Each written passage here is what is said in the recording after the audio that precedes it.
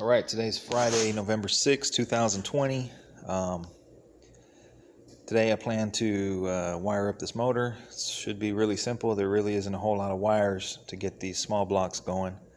But just to recap what I've got so far is I got the radiator mounted, which I think was in the previous video.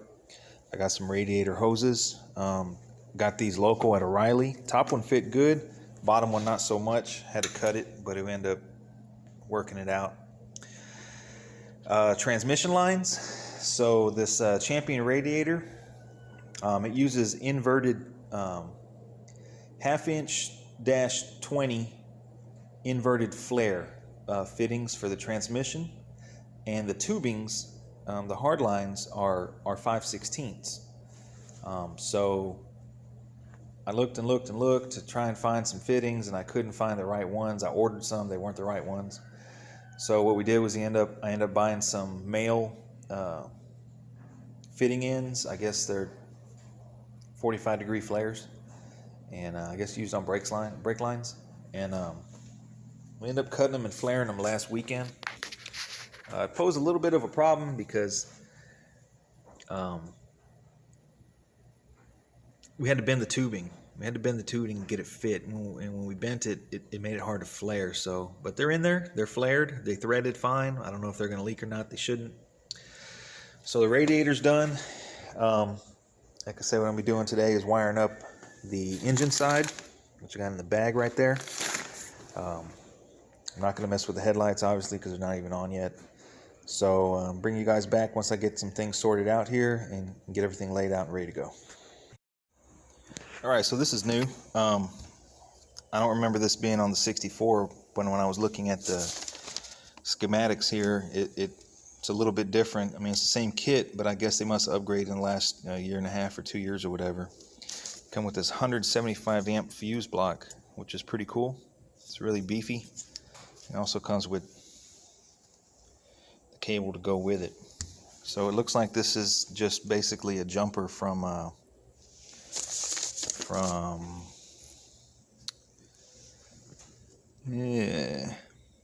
the alternator to the fuse block here, 175 amp, then from the fuse block to the red wire of the firewall, and then the other lead goes to the starter solenoid, and then from your starter solenoid goes to your positive on your battery.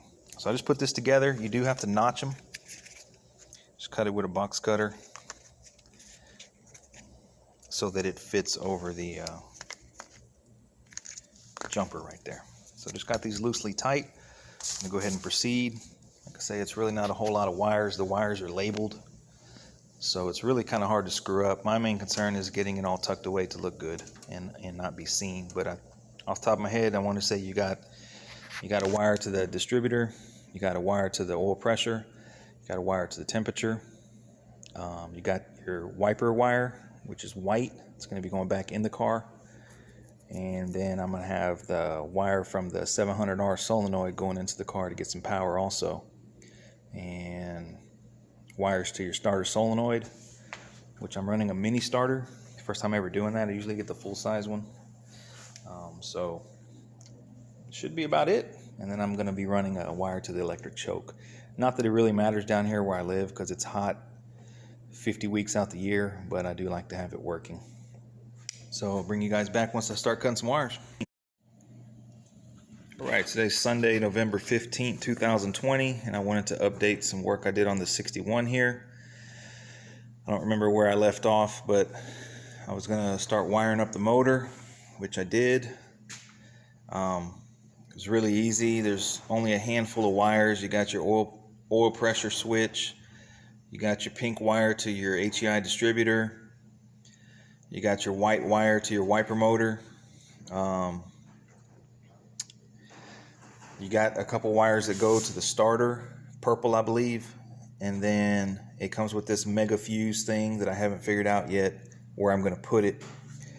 I might put it down here, or maybe right here in these holes. Figure something out. And then that's going to go from the battery to the mega fuse to the starter. And then I hooked up the choke straight off the alternator. electric choke. It's a 1-wire alternator. And then I believe the temperature sender comes off of the headlight side, so I gotta figure that out with the electric fan setup. Then yesterday we hung the fenders on here, so these things are not buffed yet, so there's a couple little dust nibs on it. I don't even know if you can see, but they fit pretty good. The gaps are pretty good. I ended up putting the trim on. We put the wheel wells in, so the top sides are painted. The bottom sides are Raptor liner. And it went pretty good. What we did first, we hung the wheel wells first. And so it just attaches down here. I'll show you on this side. 2 on the outside, 1 on the bottom. And then the wheel well can kind of hang in place. And then the fender goes over the wheel well, and then your piece back there helps, I guess, give it some structure. And then your hood hinges, they're just kind of in place right now. We painted those a while back. I do have to figure out what's going on with the headlight bucket. I don't know if those need to go on first. I haven't put a 61 together. That might pose a little bit of a problem. I got to figure that out.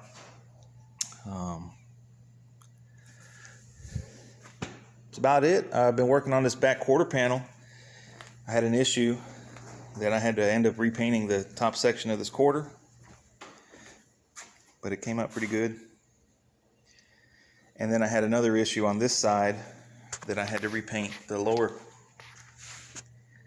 quarter panel, which that was a fiasco. I'll attach some pictures. Anyways, to sum it up, I was pushing this thing outside on some skates, and the skates hung up.